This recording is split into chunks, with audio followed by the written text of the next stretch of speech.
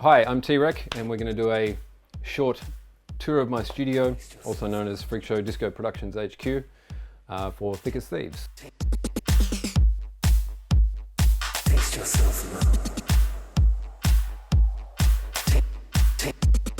We are going to start here at what I think is the most important part of most studios these days, also the most boring part, the computer.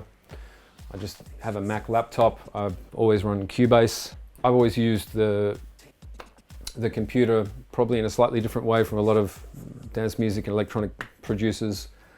I generally employ it more as a live looping tape machine. I don't use a lot of virtual instruments. I do use them sometimes, but more often than not, I just record sound in. So I'll set up a synthesizer and just play it with my hand and record it, as opposed to sync it via MIDI.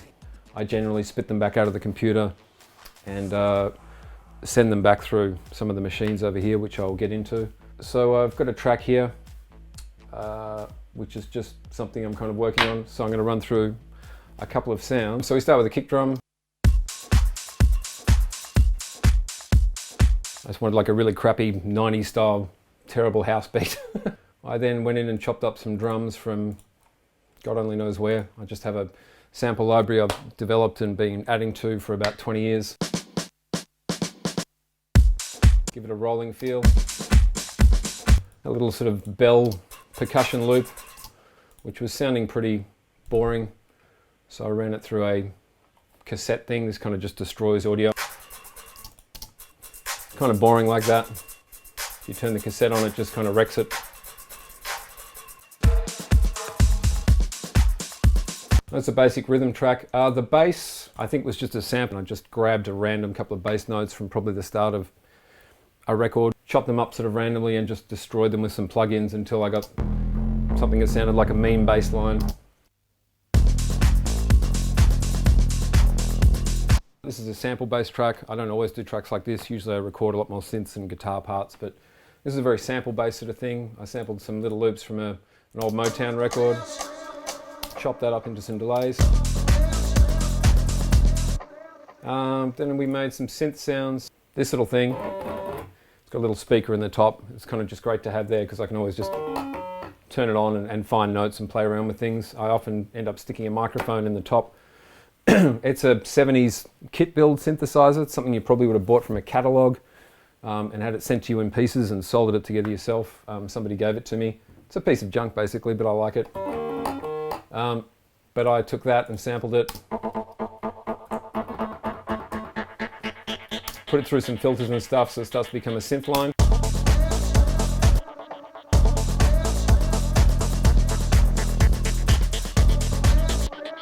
And this track's still very much sort of in process of stuff. I was just sort of throwing vocal ideas at it. I just found some stuff that was vaguely in key. I stole some Nina Simone, threw her into a delay. I got some Robert Plant from Led Zeppelin. And they became sort of a call and response type kind of thing. You get Nina, and we get a break, and then we get Robert. And then in the track it sounds like.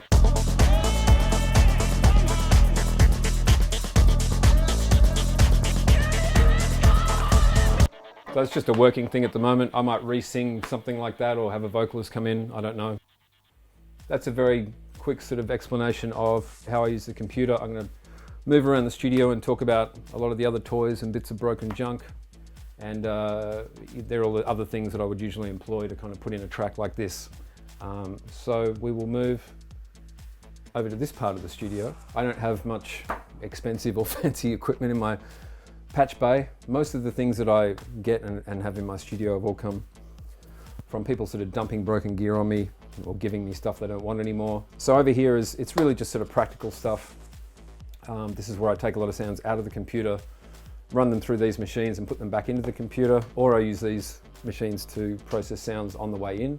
This side is a kind of standard patch bay with the sound card. I've got some compression. I have an 8-way DI box, which I use a lot for changing levels of things because I use a lot of, as I said, old and broken gear. So like everything from 70s hi-fi to kind of modern digital equipment. This is a valve bass amplifier.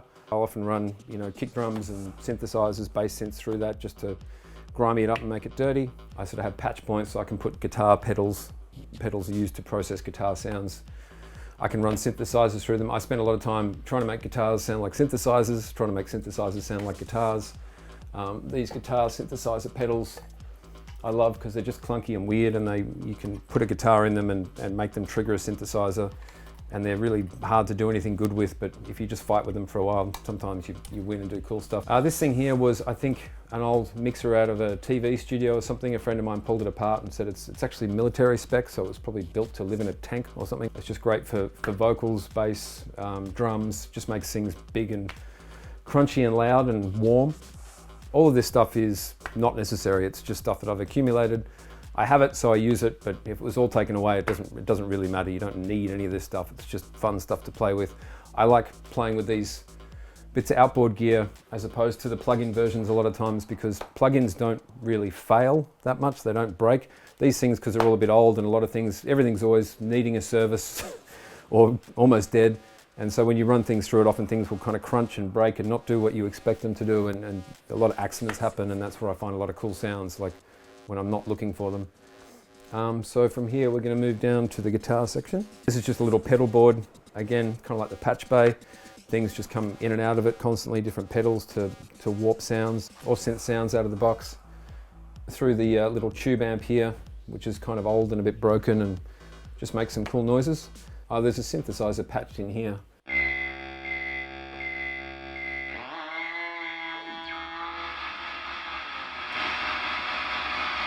Just makes hideous noises, but you just play around until something sounds cool. This is a cassette deck. I use cassettes a lot for sampling. When I started out doing electronic music about 25 years ago, everything was done based around cassettes. I had a cassette 4-track recorder, and I used to bounce to cassette.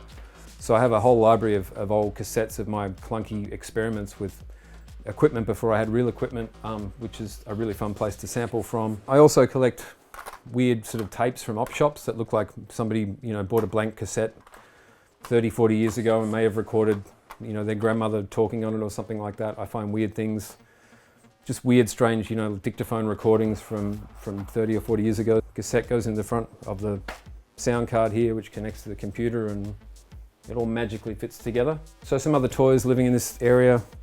This is a theremin. Theremin, for anyone that doesn't know, was the first ever, I think, electronic musical instrument. Developed a little over 100 years ago by a guy called Leon Theremin. It was originally developed to play melodic music with. Got a little speaker in it. Everyone knows those sort of squealy noises. Was used a lot in like 50s sci-fi movies and things like that. But I generally, rather than take it out of the speaker there, I feed it to the little guitar amp, again, down here, and run it through some guitar pedals, like a ring modulator and some delay to kind of just thicken the sound. So instead of sounding kind of horrible like that, it sounds horrible in a different way.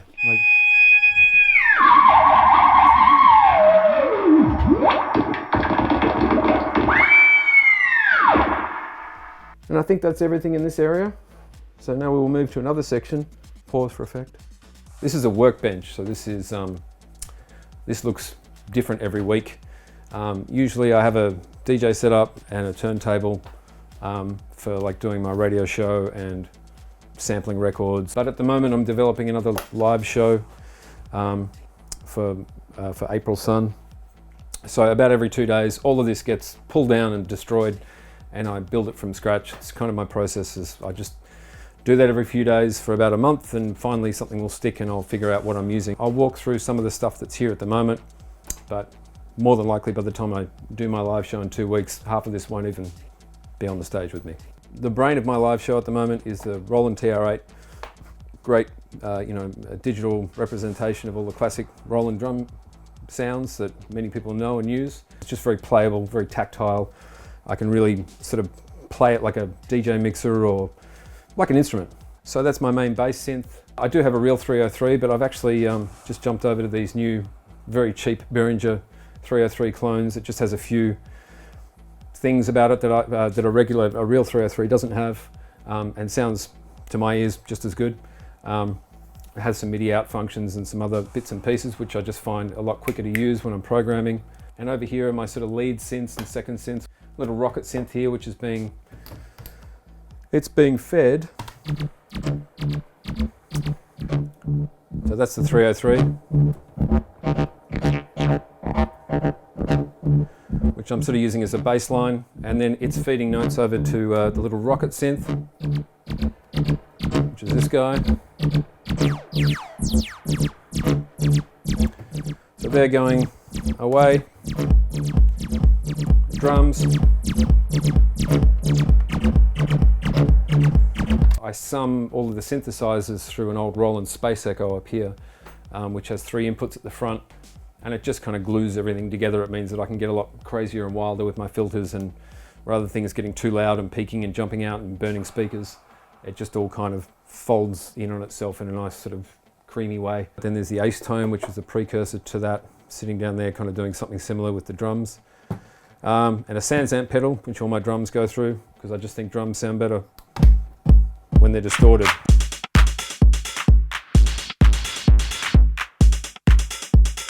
There's a sampler over here, which I'm just running a few samples at the moment.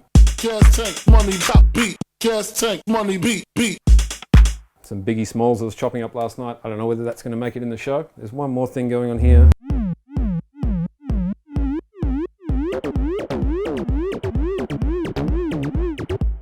Just more toys. Just getting familiar with the setup, rewiring it until I get something I'm happy with, and then I just jam and jam and jam until I feel confident to walk on a stage in front of a whole bunch of people with nothing planned and improvise an hour of live electronic music.